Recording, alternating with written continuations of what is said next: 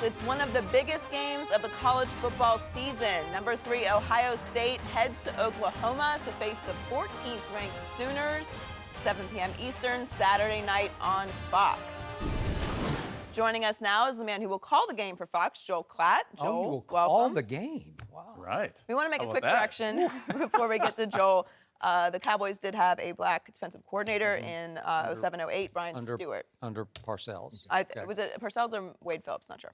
But it was in 07-08. So he's going to call the game, Joel Klatt. And Oklahoma is an underdog at home for the first time since 2000. That's right. What are the Sooners' chances? Well, first of all, if you go back to that game, they ended up beating number 1 ranked Nebraska and then went on to win the national title in 2000. Not saying that that's going to happen this year, but their chances rest on their ability to run the football and their ability to stop the run. I know that we can go all the way down to, turnovers and special teams, but that's what this game is because that's what these two programs base their entire body of success off of. Since the beginning of 2013, Ohio State is the single best rushing team in college football. Per rush, they average over 6 yards. Nobody else touches 6 yards, not even Oregon.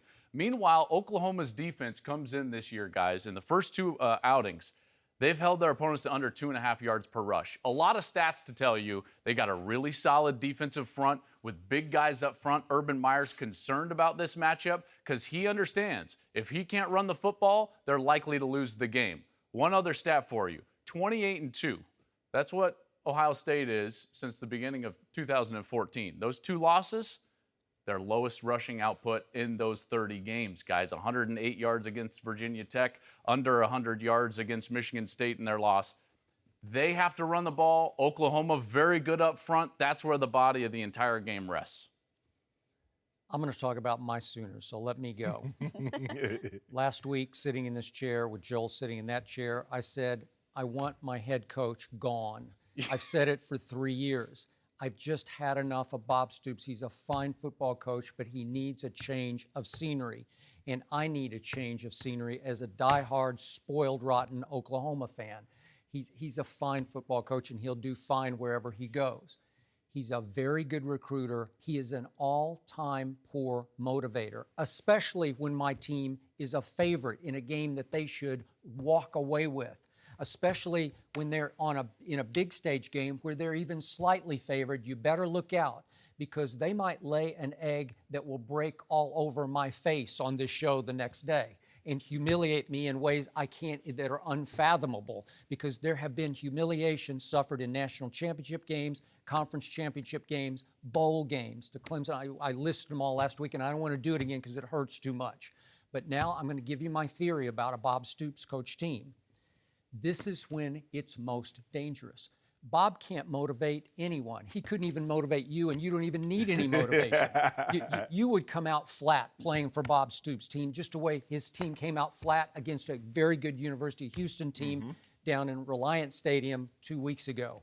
I guess I shouldn't have been shocked, but I was. Now, here comes Ohio State. Ohio State's just a little better than Oklahoma in most ways. Maybe not at quarterback, but in most ways they're a little better. I think my offensive line is it's pretty good. I think my defense is just okay. But here comes Ohio State as a 2-point favorite in Norman, Oklahoma, where pride is thick in that stadium. This is where Bob Stoops gets external motivation from so many analysts predicting that Ohio State will win easily at Norman, Oklahoma. This is where that team is most dangerous because in the last 4 games that Bob Stoops' team has been an underdog, they have won. And going back to 2000, when they launched a national championship run off what you're talking about, they're almost like a prohibitive favorite at home. What? And they fall behind early, and they blew Nebraska off the field that day. This is the kind of game where the kids read and hear all of the negative attention that they're getting, and they say, oh, yeah, but we're the Sooners, man, and we're at home. Watch this. Bob Stoops doesn't need to say a word this time. This is where my program is most dangerous. So I'll just go on record right now. We will beat Ohio State on Saturday at home because that's what we do. It's predictable. It's a clockwork win because Bob Stoops doesn't have to participate in it at all. All he has to do is show up. Thank you, Coach. If you give me one coach other than Nick Saban, I take Urban Meyer. Sure. Because I don't think anybody reloads or retools his football team any better than Ohio State. They send 4 or 5 guys to the NFL, and they got 4 or 5 guys that's on the bench. How about 8 or 10? Yeah, I was going to say last year was 11. I'm saying first rounder. You know, 5 first-rounders last year. And they have guys on the bench just waiting their turn.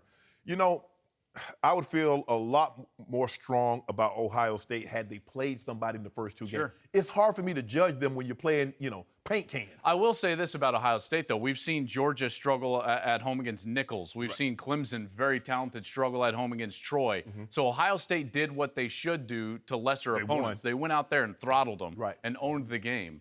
The whole Bob Stoops, I want to get back to, because who are you going to go get? And I know I'm bringing a lot of statistics here, but there's only 3 coaches in America that can say that they have one of the top winning percentages or one of the 3 highest winning percentages in their career. Fired Bobby Bowden. Stoops is one of those. Myers one of those. The only other guy is Chris Peterson. So where are you going from here? Do you want to really be Tennessee after they fire Philip Fulmer? There was no plan after that. So just firing a coach is not a plan. That's not where you go. The grass is not always greener. Bob Stoops is a historically great coach. Tom Herman. How do you know he's going to leave Houston? Houston may be in a Power 5 conference next year. He got a contract extension for a lot of money. They can't pay him what Oklahoma can pay him. Do you know Tom Herman's a better coach than Bob Stoops? Yeah, from what I've seen, yeah. So do I. Yeah. I would agree with that. And Bob Stoops is a yeah. really good football coach. But listen, 2 years ago in Norman, as a favorite going into the game against Bryce Petty's Baylor, they gave up 45 unanswered points at home. That's beyond shameful. That's a fireable offense. These are the Oklahoma Sooners, who were, again, I forget how big they were favored in that game, but you know and I know that's not right. There's something wrong with the program. Stayed too long. That's a tough argument for me. Just Stoops is historically great. There's not a coach in America, save for going and getting Urban Meyer and Nick Saban, that could come in and be immediately better. Tom Herman is not better than Bob Stoops. He doesn't have the track record to suggest that he is. Well, Bob Stoops, he's won a couple of games. He's been here for like 32 seconds in the grand scheme of things. But the Ohio State offense wasn't the same after he left. And you look at what he's did at the University of Houston since he arrived, they are legit contenders. And there's no question in my mind, I believe he would be better at Oklahoma than Bob Stoops. Joel's not going to bend on Bob Stoops. I'm not. His 9 Big 12 championship rings are plugging his ears like Patrick Waugh. But you got to see him this weekend, right? I mean, Yeah. and tell him I said hi, because I like the heck out of him. He's really good people. We'll get him back next week. He'll tell about Tom Herman. We'll see.